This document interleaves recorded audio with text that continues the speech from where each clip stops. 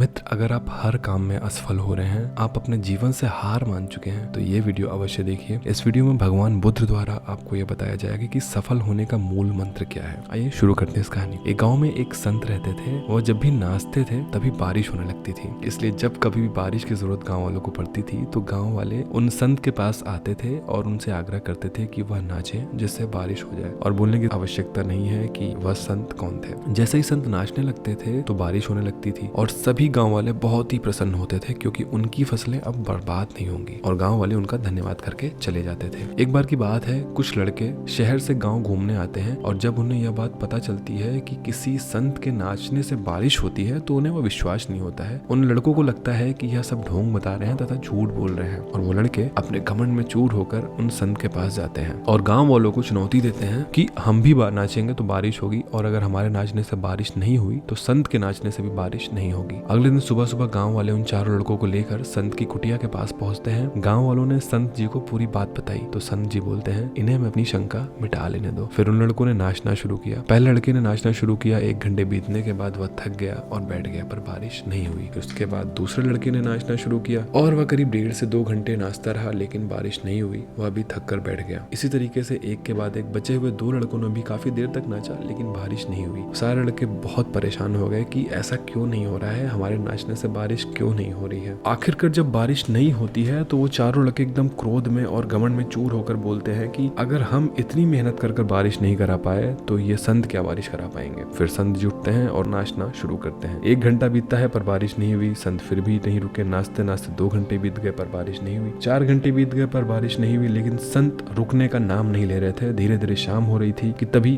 बादलों की गरजने की आवाज सुनाई दी, और कुछ समय बाद जोर से बारिश होने लगी। यह देखकर चारों लड़के दंग रह गए और संत से क्षमा मांगी। उसके बाद उन लड़कों ने संत से पूछा कि भगवान, ऐसा क्यों हुआ कि हमारे नाचने से बारिश नहीं हुई और आपके नाचने से बारिश हो गई। इस पर उस संत ने उत्तर दिया कि जब मैं नाचता हूँ तो 2 बातों का ध्यान रखता हूँ। पहली बात यह कि मैं यह सोचता हूँ कि अगर मैं नाचूंगा तो बारिश को होना ही पड़ेगा। मित्रों, ध्यान से सुनिएगा कि पहली बात तो यह थी कि अगर मैं सोचूंगा कि अगर मैं नाचता हूँ तो बारिश को होना ही पड़ेगा, और दूसरी बात यह है कि मैं तब तक नाचूंगा जब तक कि बारिश ना हो जाए। सफलता पाने वाले लोगों में भी यही गुण विद्यमान होता है। वे जिस काम को भी करते हैं उन्हें सफल होने का पूर्ण विश्वास होता है, और वे तब तक उस काम को करते रहते हैं जब तक कि उसमें सफल ना हो जाए। इसीलिए अगर हमें सफलता हासिल करनी है तो बिल्कुल ठीक इन्हीं संत की तरह अपने लक्ष्य को प्राप्त करना होगा। तो मित्रों, एकदम सरल सी कहानी है। अगर आपने ध्यान कर लिया है, अगर आपने एकदम मन में निश्चय कर लिया है कि मुझे यह कार्य करना है, इस कार्य में सफल होना है, तो आप उसमें सफल हो जाएंगे। उसके लिए सिर्फ 2 चीज जरूरी है। पहली यह कि आपको उस चीज का विश्वास रखना होगा खुद में कि हाँ, मैं यह कार्य कर लूंगा, और दूसरी बात कि मैं यह कार्य तब तक करूंगा जब तक यह कार्य पूर्ण नहीं हो जाएगा। जैसा आप सोचते हो वैसा आप होते हो। अगर आप इस कहानी से सहमत हैं तो कमेंट सेक्शन में कमेंट जरूर करिएगा। आपके किसी ऐसे दोस्त को इस कहानी की सुनने की आवश्यकता हो जो बार बार असफल हो रहा हो, तो उसके साथ यह कहानी अवश्य शेयर करिएगा। बहुत ही छोटी छोटी कहानियां हैं जो हमारे जीवन को बहुत ही लंबे लंबे, बहुत ही बड़े बड़े परिवर्तन दे सकती हैं। मिलते हैं एक नई कहानी के साथ। ओम नमो बुद्धाय।